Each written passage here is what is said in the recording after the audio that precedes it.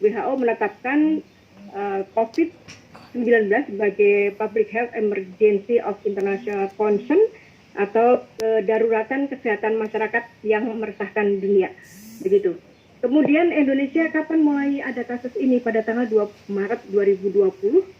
Pada saat itu ada 2 kasus dilaporkan dari Depok, ya. Kemudian ada Kepres nomor 11 tahun 2020 menyatakan bahwa COVID sebagai kedaruratan kesehatan masyarakat. Dan WHO menyatakan COVID-19 sebagai pandemi itu pada tanggal 11 Maret 2020. Kemudian ditindaklanjuti dengan keputusan Presiden nomor 12 tahun 2020 bahwa COVID itu sebagai bencana nasional. Artinya apa?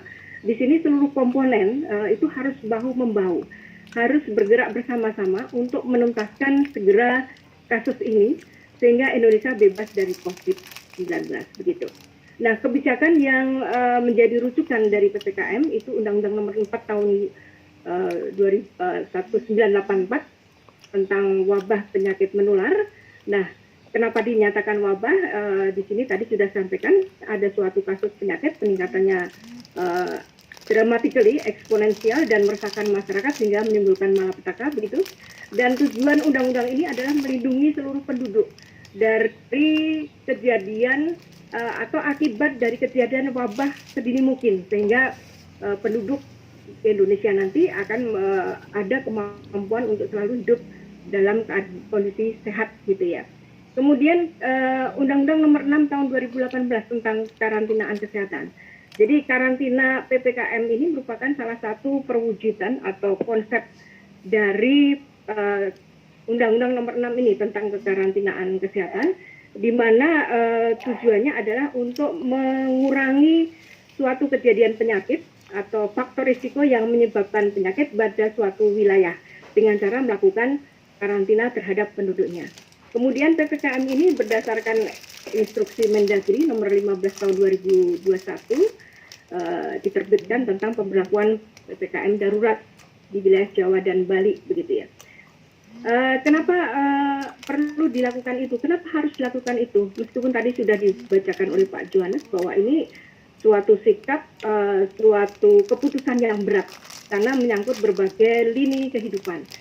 Ya, karena ternyata penambahan kasus harian pada saat itu sampai 653 kasus per hari, cukup tinggi. Ya, meskipun saat ini sudah menurun, tadi sudah disampaikan. Kemudian total kasus aktif per 20 Juni sebelum penetapan itu 4.241 kasus, ya, 7,75%. Nah, ini positivity rate-nya. Jadi ternyata banyak sumber penularan yang ada di masyarakat. Jadi setiap 100 orang itu ditemukan sekitar 38 kasus COVID. Ini luar biasa. Jadi di mana-mana di tempat kita saat ini banyak ditemukan kasus itu. Kemudian keterisian ICU rumah sakit ya mencapai 96, sudah sangat full, tinggi, dan ruang isolasi sampai 86, melampaui kapasitas. Nah, ini beberapa aturan yang diberlakukan, itu ada 1 sampai 14. Yang terakhir sudah ada Instruksi Mendagri nomor 19 tahun 2021. Ada perubahan di kriteria, ya, kriteria untuk esensial dan kriteria untuk kritikal. Juga aturan yang Bapak Ibu lihat di nomor 7 tempat ibadah ditutup sementara saat itu, tapi untuk yang nomor 19 itu sudah bisa dibuka kembali. Namun tetap disarankan penduduk beribadah di rumah ya untuk mengurangi penularan. Kemudian yang tempat resepsi nomor 11 nih, resepsi pernikahan maksimal 30, di perubahan nomor 19 itu dinyatakan bahwa untuk acara pernikahan ditutup. Nah, target dari PPKM adalah ada penurunan kasus sampai 10.000 per kasus per hari. Ya, ini menjadi catatan penting untuk kita melakukan PPKM ini. Nah, di samping itu ada penguatan untuk 3T-nya selain PPKM. Jadi tetap dilakukan swab test antigen ya untuk penguatan testingnya. Jadi screening harus dilakukan cepat sehingga diketahui siapa saja yang suspek, siapa saja yang terkonfirmasi dan selanjutnya. Kemudian ada pelacakan atau tracing terhadap kasus-kasus yang terpapar COVID-19. Nah, di sini Kementerian Kesehatan sudah melatih Babinsa, Babin Kamtipmas untuk membantu para petugas kesehatan untuk melakukan tracing. Jadi Bapak Ibu tadi sudah disampaikan oleh Pak Johannes bahwa kekuatan SDM kita memang terbatas Bapak Ibu. Kementerian Kesehatan sudah melatih vaksinator hampir sudah nyaris 100% Bapak Ibu, dan kekurangan tenaga itu dikarenakan banyak tenaga kita yang meninggal pada saat melakukan tugasnya, dan kita sudah merekrut relawan-relawan juga Bapak Ibu. Banyak sekali yang sudah kita rekrut dan kita latih, mudah-mudahan ini bisa membantu mengisi gap itu. Namun kenyataannya saat ini juga dibangun rumah sakit darurat seperti di depan-depan rumah sakit ya, di Depok, kemudian ada di Bekasi itu juga ada. Nah ini juga perlu tenaga. Nah ini kita masih terus merekrut relawan-relawan untuk membantu kegiatan ini. Kemudian adanya pelaksanaan isolasi mandiri, ya ini tetap kita lakukan, baik di rumah tangga dan bisa terpusat, bisa di rukun tetangga, juga perawatan di Vaskes. Nah ini dikoordinasi oleh pos jaga yang ada di desa kelurahan masing-masing. Ini merupakan kegiatan T3, yaitu merupakan treatmentnya. Jadi PPKM tidak berjalan sendiri, tapi tetap dilakukan dengan penguatan T3T-nya. Nah, Bapak Ibu, sering kita lihat dengan kondisi pandemi ini, krisis kesehatan yang melanda Indonesia, memaksa kita untuk berubah, ya. Ini suatu keniscayaan. Jadi, kalau dulu cuci tangan untuk makan, sekarang di mana-mana kita harus cuci tangan, tapi tidak dikasih makan, katanya. Begitu ya, ini yang muncul di dia.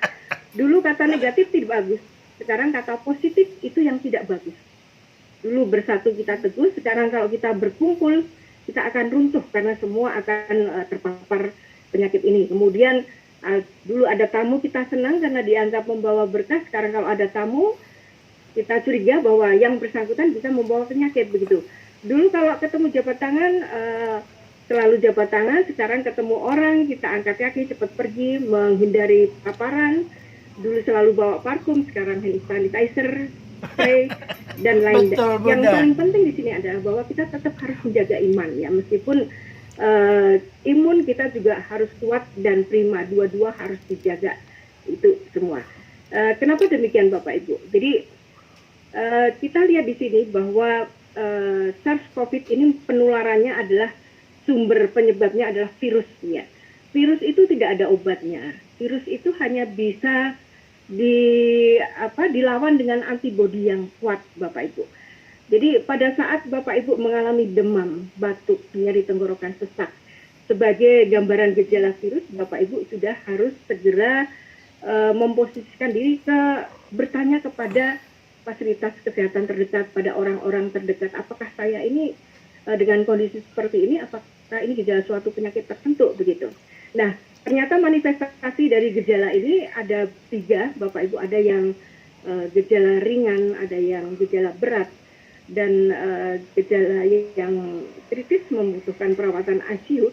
Yang paling banyak itu 80% gejala ringan. Ini tentu saja membuat Bapak Ibu tidak aware, ya, tidak menyangka bahwa saya menderita penyakit COVID. Contohnya yang terbanyak saat ini adalah gejala demam, ya. Bapak Ibu, kalau influenza itu adalah respon dari tubuh untuk melawan virus yang masuk, sehingga kita mungkin bersin, begitu ya. Kemudian batuk juga demikian, itu respon dari tubuh karena adanya virus masuk, kita membatukkan diri. Demam juga demikian. Nah, ini dianggap suatu gejala ISPA atau penyakit influenza biasa. Nah, beberapa hari yang lalu teman saya 7 hari berturut-turut flu. Kenapa nggak sembuh-sembuh, kemudian diperiksa RDT antigennya, rapid diagnosis test dengan antigen, ternyata dia positif. Kemudian dilanjut dengan swab PCR dan ternyata juga positif. Inilah gejala-gejala yang meskipun ringan, Bapak Ibu jangan abaikan. Jadi tetap harus segera bertindak, harus kemana, begitu ya. Nah, kasus berat dan kematian meningkat pada orang dengan kondisi penyerta atau komorbid, misalnya jantung, demam, diabetes mellitus, PPOK atau penyakit paru kronis, hipertensi, kanker, dan pada usia di atas 60 tahun. seperti Pak moderator ini usianya sudah 68 tahun ya, jadi harus lebih waspada, hati-hati terhadap Betul, itu. Di Bunda. samping itu banyak manifestasi klinis yang mungkin terjadi, yang sering adalah mialgia, yaitu adanya nyeri otot, nyeri tulang begitu. Kemudian ada sesak nyeri tenggorokan. Nah ini Bapak Ibu harus lebih waspadai.